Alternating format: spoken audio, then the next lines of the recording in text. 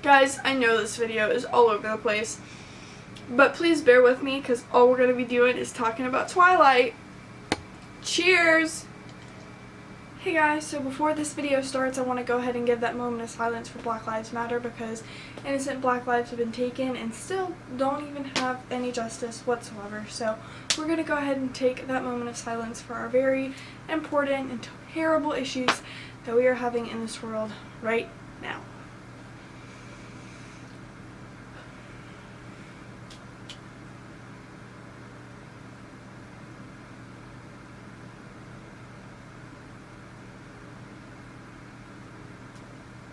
Okay, hey guys, how you doing? Let me know in the comments below. Let's get into the freaking video. Alright, so in today's video we are going to be talking about this book right here, Eclipse, from the Twilight series. This is the third video for my countdown to Midnight Sun. If you haven't seen the first one, I will link it up in the cards. If you haven't seen the second one, I will link it up in the cards. Let's go ahead and talk about this third one right here, Eclipse. I have my notes as always, and obviously the next one after this is going to be Breaking Dawn, so once that's filmed it'll be in the cards as well. So these are snack and chats, as you can see by the title, and today I have Wendy's, and y'all are gonna be like, why do you have Wendy's? Let me tell you. In the book, I believe after graduation is the first time that we hear about the cafe or the place where Bella and Charlie eat. And when I Google searched Twilight Eclipse food scene, obviously they don't really eat food in the movie, but a website popped up and it was like Twilight recipes to try, and it literally says cheddar BLT burgers. At her post-high school graduation lunch, Bella picks at her burger and worries about impending the battle between her werewolf and vegetarian vampire friends against her newborn vampires who want to kill her.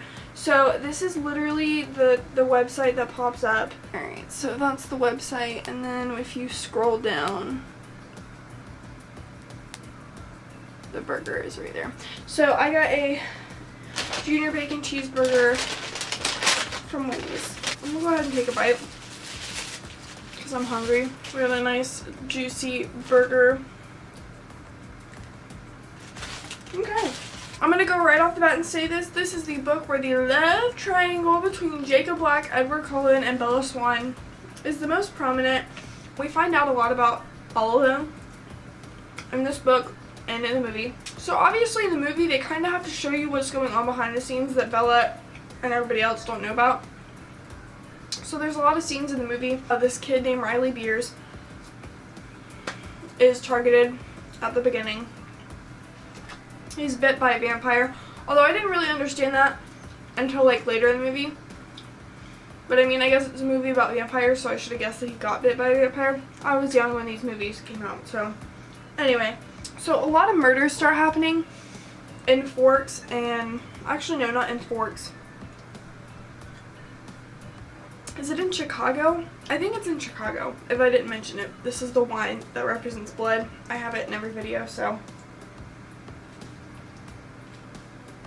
It's so good. So a lot of like murders are going on, and it's showing up in the newspaper and in the news, and it's starting to worry everybody, because they're named like animal attacks. So obviously Carlisle's family knows it's not animal attacks, so they're kind of getting worried about what it is. Edward tries to get Bella out of town. The werewolves were tracking her with the Cullens while Edward and Bella were out of town. And he didn't tell her that. So she was kind of pissed off about that. Edward was in Bella's house and noticed an unfamiliar scent, and then he like freaks out about it. In the movie, at this point, the book's a little bit different when it comes to the graduation part. In the book, before graduation, Alice and Bella figure out who's behind all these murders, but they don't want Edward to find out, and Edward can read Alice's mind, so she's repeating stuff in her head the whole time, so Edward can't hear what she's thinking, and obviously Edward can't hear what Bella's thinking anyway. So then they tell Edward after graduation. That happens in the book. In the movie, it's completely different. Jessica gets her whole speech or whatever, which is a great speech. So now the werewolves and the vampires are teaming together for Bella's safety. They actually agree to work together after the graduation party. This video is all over the place. I'm having a hard time with this video, honestly. It's so confusing. There's too many, like, things going on. Basically what's happening is Victoria is creating this army with Riley Beers to kill Bella because Edward killed James, which was Victoria's mate, so she only finds it fair to kill Bella, who is Edward's mate. Hope that makes sense. So they're all training for this fight because they know that there's a vampire army coming because Alice saw it, of course. So they try to cover up Bella's scent with Jacob's werewolf scent because the newborn army isn't going to know the werewolf scent. I'm having a hard time with this, guys. Edward backs out of the fight for Bella's sake, and they plan this like campsite, and that's where Jacob is supposed to take Bella so that they can't trace her scent. Bella rubs her scent around the whole area where the Cullens want to lead the vampire army. They sleep at their campsite at night, and it's snowing outside, and it's like freezing, so that's kind of uncomfortable for Bella because she's human, although Jacob and Edward can handle it fairly well. Jacob is trying to sleep and he can't because she keeps chattering her teeth. He comes into the tent and tries to warm Bella because he's 102 degrees, and Edward and Jacob almost get in a fight. It's hilarious in the movie. You have to watch it. I'm not gonna explain everything in that tent scene because it was intense. See what I did there? Well, Victoria winds up finding Edward because she can trace Edward's scent, and she knew Bella would be with him, so it's a 2-for-1 deal in her mind. And she brings Riley with her, obviously, because Riley thinks that Victoria's in love with him. She's just using you, sweetie. Riley tries to kill Edward, and then Seth, which is one of the werewolves, he takes over Riley so that Victoria gets scared and kind of runs away, but then Edward's like, you'll never get a chance like this, so then Victoria like charges at him, and they fight.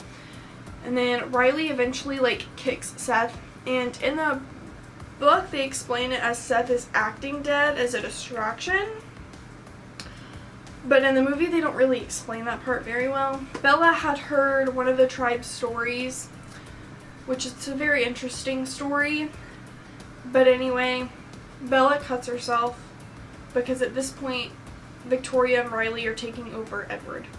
So Edward's about to die because he's being attacked by 2 people at this point. So Bella cuts herself as a distraction because obviously they're after her, so they know her scent and they want her.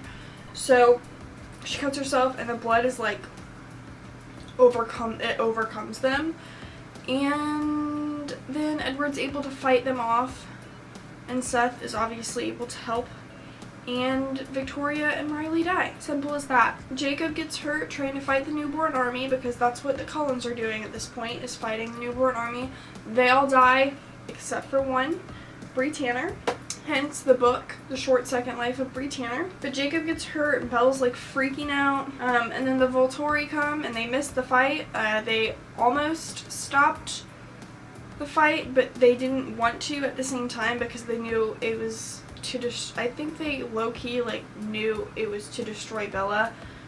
The newborn army was made to destroy Bella, so I don't really think they wanted to stop that. So they showed up to the fight after it was gone, and then they're like, oh, you missed one, Bree Tanner, and then Felix kills Bree Tanner because Jane tells him to. And the Cullens were going to take her in, but the Volturi don't give second chances. And Bella's still human.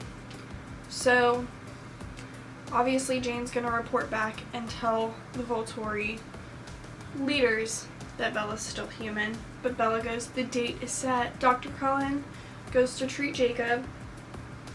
And Bella goes to see him, and he's telling her he's still not going to give up. And at the end, they talk about wedding plans. Yay! Final thoughts. In this movie, not so much in the movie, but a lot more in the book, Edward and Jacob are both dead. I'm not gonna lie. There's a kissing scene between Jacob and Bella which Jacob low-key kind of forces Bella to kiss him because he says he's gonna go get himself killed. So she kind of feels like she has to kiss him so that he won't do that, but then he does it anyways, so he's kind of manipulating her at that point. And there's another point where he actually kisses her and she breaks her hand. This is before the one that I just said. And like Edward's freaking out. And then obviously before all of this, in the beginning of the book, Edward refuses to let Bella be with Jacob, even though Jacob helped her through Edward being gone and he was a great friend and she doesn't want to hurt him. And Edward refuses to let her see him, and all Charlie, Bella's dad, is talking about is like, you need to go see Jacob, you need to go see Jacob. And it's just, it's so annoying. Edward's like, no, you're not allowed to see. He even goes as far as to like break her truck on purpose. Controlling much? I mean, I know he's concerned about her safety, but Jacob's not gonna hurt her. That's just my thoughts. Oh, in the movie, it's a different Victoria than all the other ones. I don't know if, I mean, some people noticed that I know, like personally, some people noticed, some people didn't, but it's a different Victoria than the other two movies. I believe originally they wanted to use the Victoria that was in Eclipse, but she wasn't available, so they used the one in Twilight and New Moon, but I think I like the first one better. I mean, I'm gonna be honest with you, because she just kind of looked more raggedy, I guess that makes sense, and she kind of, I feel like she played the part of Victoria very well. So, I mean, not to say that the one in Eclipse didn't, but I just feel like once you have somebody, you should just stick with them, because then it's just weird, in my opinion. I think Riley's an idiot as well, for him to think that Victoria was in love with him, but I guess he doesn't really know better. He didn't choose this life, you know. And I'm sure a lot of people are going to agree with me when I say this. I really wish Bree Tanner could have lived longer and would have had a second chance with the Cullens, even though they didn't really show this that much in the movie, but in the book, she wanted to drink Bella's blood so bad, but I feel like they would have been able to help her handle it. I don't know. Those are my final thoughts. Guys, I know this video was all over the place. I honestly contemplated just ending it and starting over, but we're just kind of gonna go with it. These videos aren't supposed to be super serious. They're just supposed to be like little chatty videos where I eat and drink and talk. We are done talking about the third book, Eclipse. How exciting, guys! But I think that's it for this video. If you liked it, please give it a thumbs up. If you loved me, please subscribe. Again, trying to reach that goal of 500 subscribers. Oh, that'd be so amazing.